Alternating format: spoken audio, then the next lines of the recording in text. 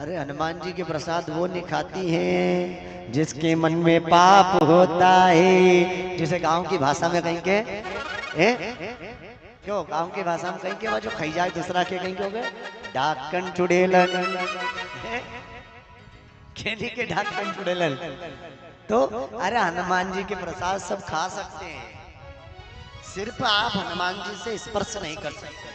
आप हनुमान जी का नाम ले सकते हैं, आप हनुमान जी का नाम भर सकते हैं, लेकिन हनुमान जी को स्पर्श नहीं कर सकते।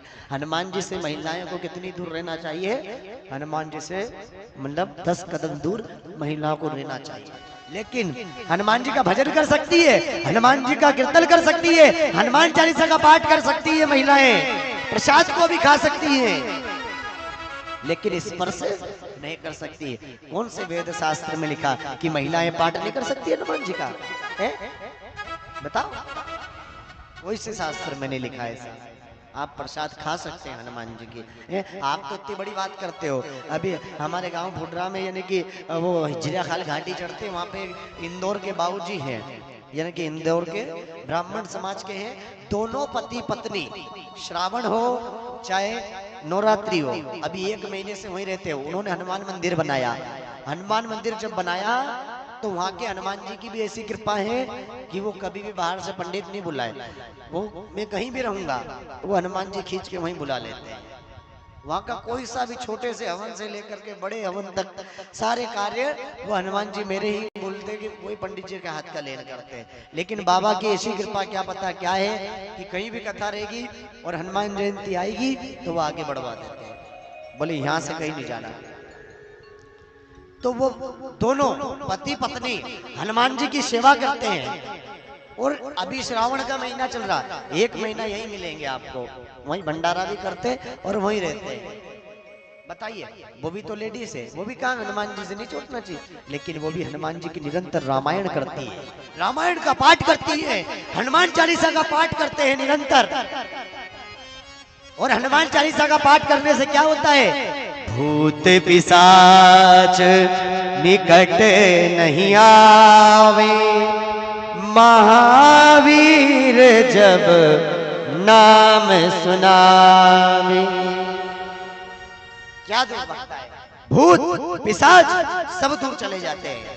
आपको घर में क्या करना चाहिए? नित्य हनुमान चालीसा का पाठ करना चाहिए। हमारे लड़के को मोबाइल मत दो, तो उसे क्या हनुमान चालीसा, रामायण, भागवत ग्रंथ सिखाना चाहिए। जो 7 बार पाठ कर कोई, छूटई बंदी महासुख होई। क्या कहा? जो 7 बार पाठ कर कोई, छूटई बंदी महासुख होई।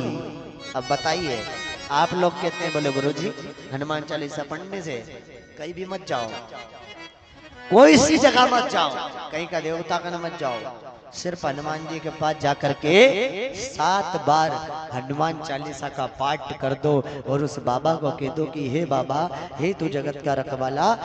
जब वो खेड़ापति बोलते हैं उसको, जब सारे खेड़े को चला सकता है तो आपको नहीं छोड़ सकता है। चाहे कितना बड़ा बंदर हो, चाहे कितनी बड़ी ताकत ने आपको बांध लिया हो, जकड़ लिया हो, और उसने अगर हनुमान जी के पास में जाकर के 7 बार हनुमान चालीसा का पाठ कर दिया हो, वो सारे बंधन से मुक्त हो जाता है। क्या हो जाता है? सारे बंधन से मुक्त हो जाता है। इसलिए कहा है जो 7 बार पाठ कर कोई, छूटई बंदी महासुख होई। जो यह पढ़े हनुमान चालीसा, होय सीत साखी गौरी सा। कौन होता है? बताओ क्या बोला मंत्र में? जो पढ़े या हनुमान चालीसा, होय सिद्धि की गौरीसा। गौरीसा का मतलब क्या? भगवान शिव भगवान शंकर की तरह होता है। आप किधर से कान पकड़ो, आना भगवान शंकर के ऊपर है। हर चीज भगवान शिव में, भगवान शंकर में जाती है। जो 7 बार पट कर कोई। लेकिन बोलते बोले गुरुदेव, अभी भी मैंने कहा हनुमान चालीसा में जो 7 बार आप 7 बार पढ़ लेना, लेकिन हनुमान